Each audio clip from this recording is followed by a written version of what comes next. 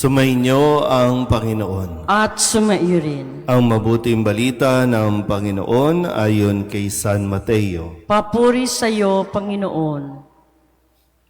Noong panahong iyon, sinabi ni Jesus sa kanyang mga alagad, "Huwag kayong mag-impok ng kayamanan dito sa lupa. Dito'y may naninirang tanga at kalawang, at may nakapapasok na magnanakaw. Sa halip, impokin ninyo ay mga kayamanan sa langit. Dooy walang naninirang tanga at kalawang, at walang nakapapasok na magnanakaw. Sapagkat kung saan naroon ang inyong kayamanan, naroon din naman ang inyong puso.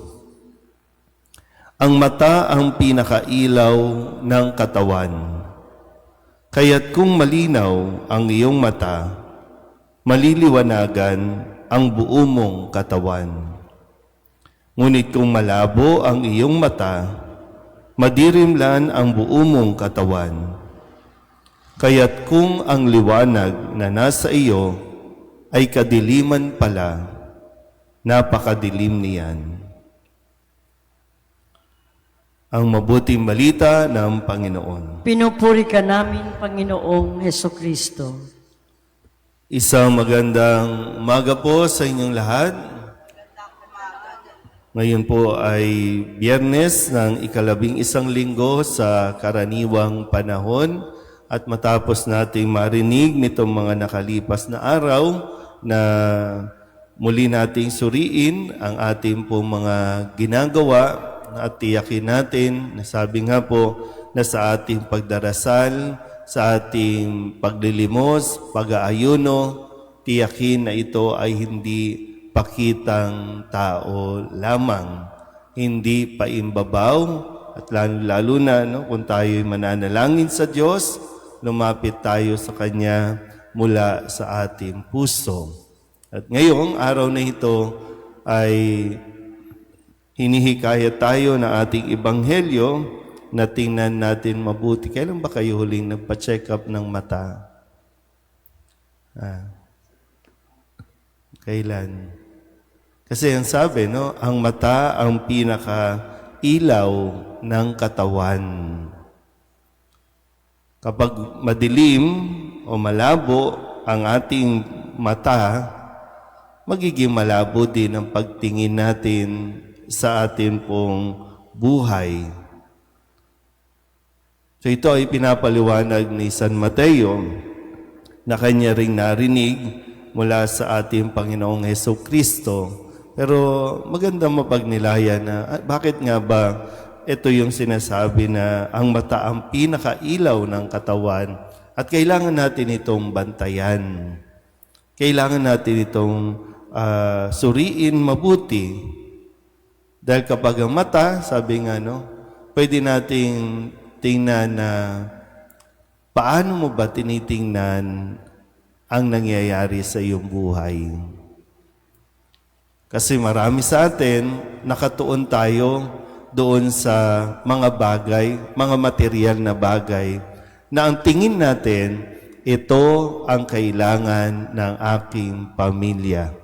Ito ang kailangan ng ating bayan. Marami po naman talaga, hindi naman bulag, pero ibang-iba ang pagtingin nila sa buhay. Ibang-iba ang pagtingin nila sa mga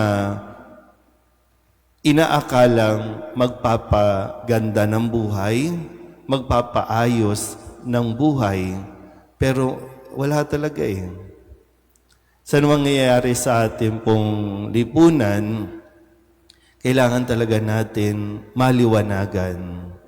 Dito sa ating bansa, ang tingin nila sa kasinungalingan, katotohanan. Yung kasinungalingan, gustong pagtakpan dahil may mga pinahalagahan. Kaya nga sabi ko, nasaan ang iyong kayamanan, naroon din ang iyong puso. Pero ito nga yung paanyaya, ano bang tingin mo sa buhay? Nakikita mo ba o sadyang ayaw mong imulat ang iyong mga mata. Na yung inaakala mo dati na tutulong sa iyo para maging maayos kayo, hindi talaga eh. Ngayon, naririnig natin, nakikita natin, di ba? Hindi pa rin tayo matuto. Yung gera sa Ukraine, sa Russia, hindi pa tapos. Tuloy-tuloy pa rin.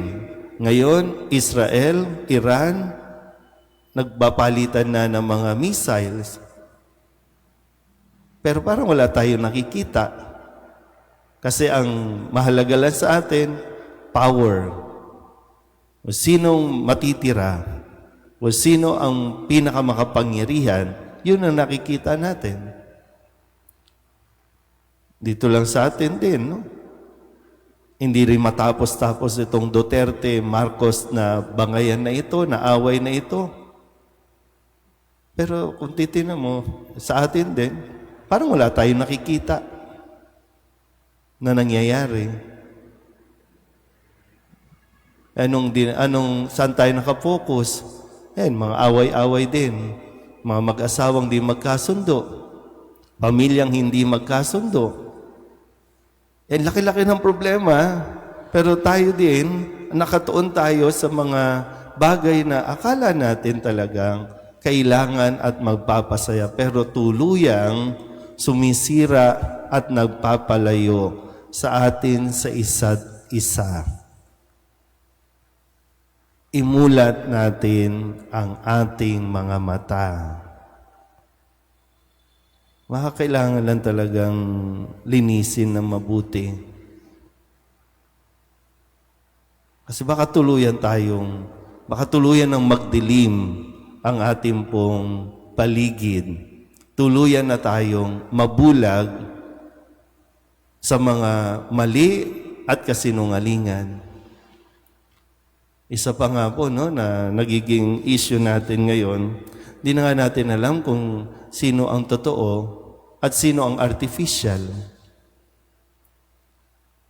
So kailangan talaga natin ng biyaya ng Panginoon para talaga ma-identify pa rin natin, makita pa rin natin kung sino o ano ang katotohanan na pinakamahalaga sa buhay natin ngayon. Lahat mawawala, lahat pwedeng nakawin kung hindi mo imumulat ang iyong mga mata. Marami nang nawawala, wag mong hayaang tuluyang maglaho ang lahat sa buhay mo. Amen?